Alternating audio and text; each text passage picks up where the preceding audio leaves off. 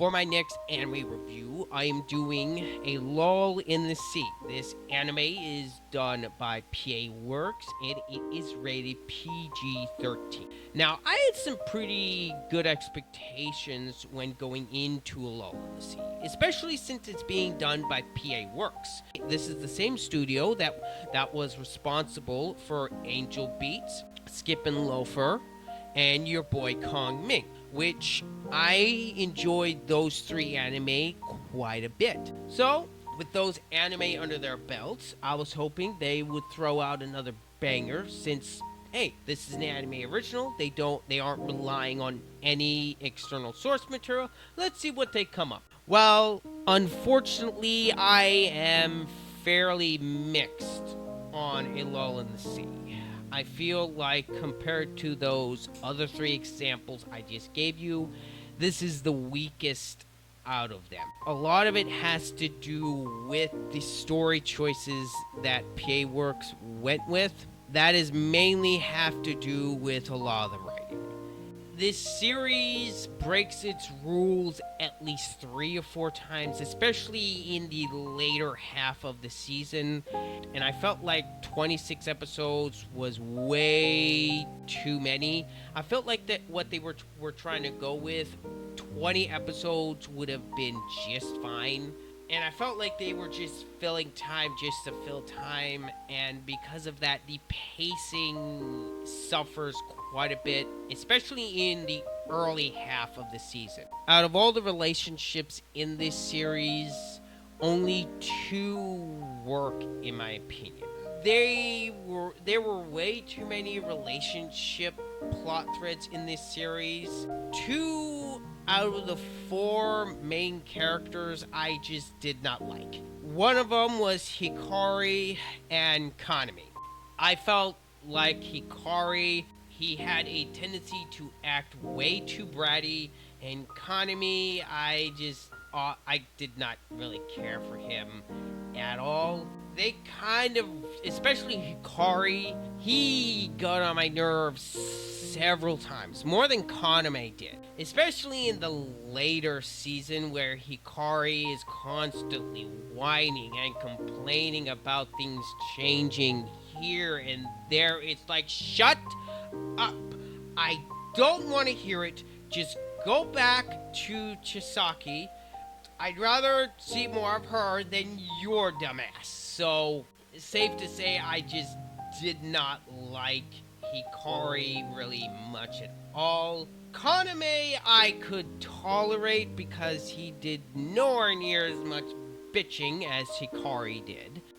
Those are the only 2 characters I actively disliked in the series.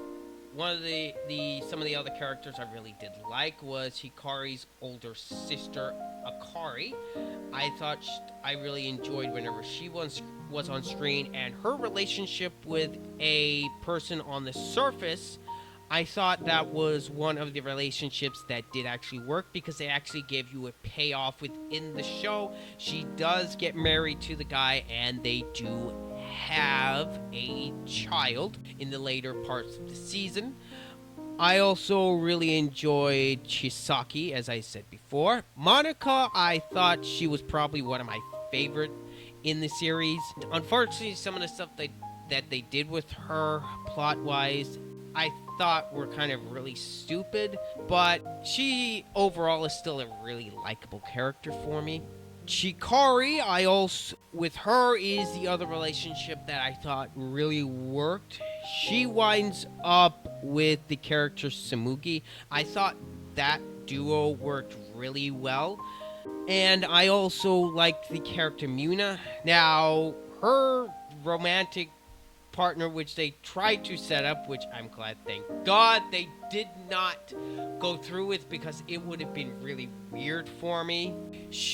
Now to put in perspective, she is the daughter of the husband Kari eventually marries within the show. So essentially, Muna becomes the sister-in-law to Akari, or niece to Akari, essentially. One of the relationships that really turned me off was between Muna and Hikari. That happens in the later season that they tried to set up, and throughout the later seasons when they reveal like what was going on, it's like no, no, no, no. I don't like watching shows with incest or anything of that nature because me personally, it's very uncomfortable.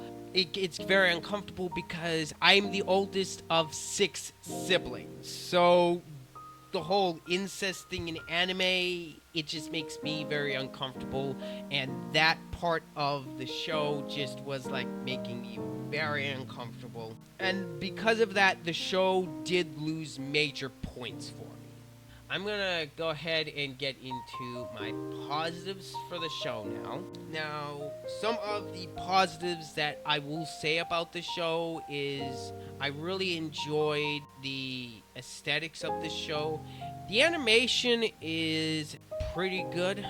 Nothing feels too choppy. And I will say, the concept that they had for the show I thought was really interesting, and the whole world building I thought was decent enough. I really liked the whole concept that they were going with between people living in the ocean and people living on the surface. And I thought the history and the lore for the show was interesting enough. And it definitely added for some neat dynamics within the show that I thought they handled pretty well. And the OST, I will also say, I enjoy quite a bit. All of the opening themes and the ending themes. There's 2 opening themes in total, and there's 2 ending themes in total. I enjoyed all of the opening and ending themes quite a bit. It matches the tone of the show that they were going with. I will say some of the camera work that they used for the show I thought was quite good as well. Despite some of the pacing issues, I will say by the 13 episode mark, that's when the pacing did get better. Other than unfortunately a few times where it did slow down a little to where the pacing was a bit off in the later season. But I will say, even though I am fairly mixed on this series and there is several aspects that rubbed me the wrong way, I'm still glad I watched this show.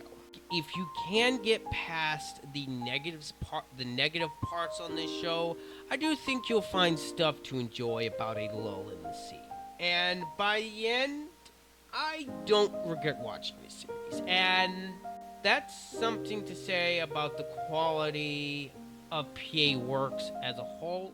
And for my final score for A Lull in the Sea is a 6 out of 10. This series has its problems. Some of the writing just does not work. And unfortunately, the series does happen to break some of its rules that it sets up early on. Some of the characters, there are only like 2 characters I did not like, and some of the pacing is a bit off, but as the show got on, it did get better, and overall, I enjoyed myself. Anyway, I want to thank you guys for watching my review. If you guys enjoyed this review, please leave a like down below, and don't forget to comment and let me know what you thought about the review. And as always, this has been Ryder. I'm out.